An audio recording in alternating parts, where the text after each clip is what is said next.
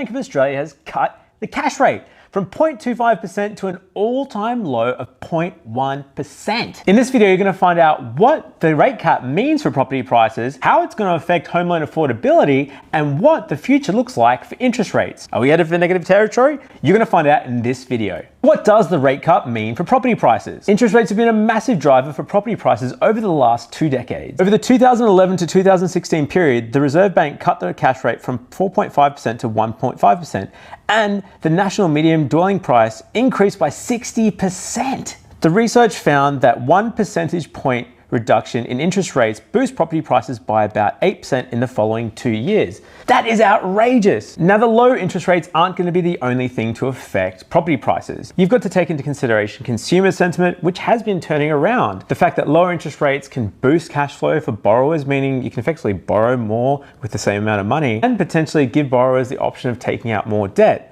I'm not saying these are good and bad things. I'm just saying these are the facts, and this is what could potentially cause property price increases over the short term. Even before the cash drop, property prices were looking pretty positive. Following 5 months of decline in property prices, CoreLogic's property index actually posted a 0.4% increase month on month.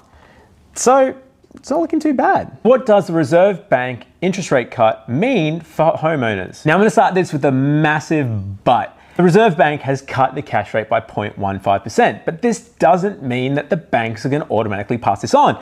Now, you hope that they are, and I'm going to do the figures assuming that they're going to do this, but we're going to have to wait and see, and it's going to depend on your individual bank as to how much they pass on. Finder did the numbers based on a 0.15% rate cut and seeing the difference it would make depending on the loan amount.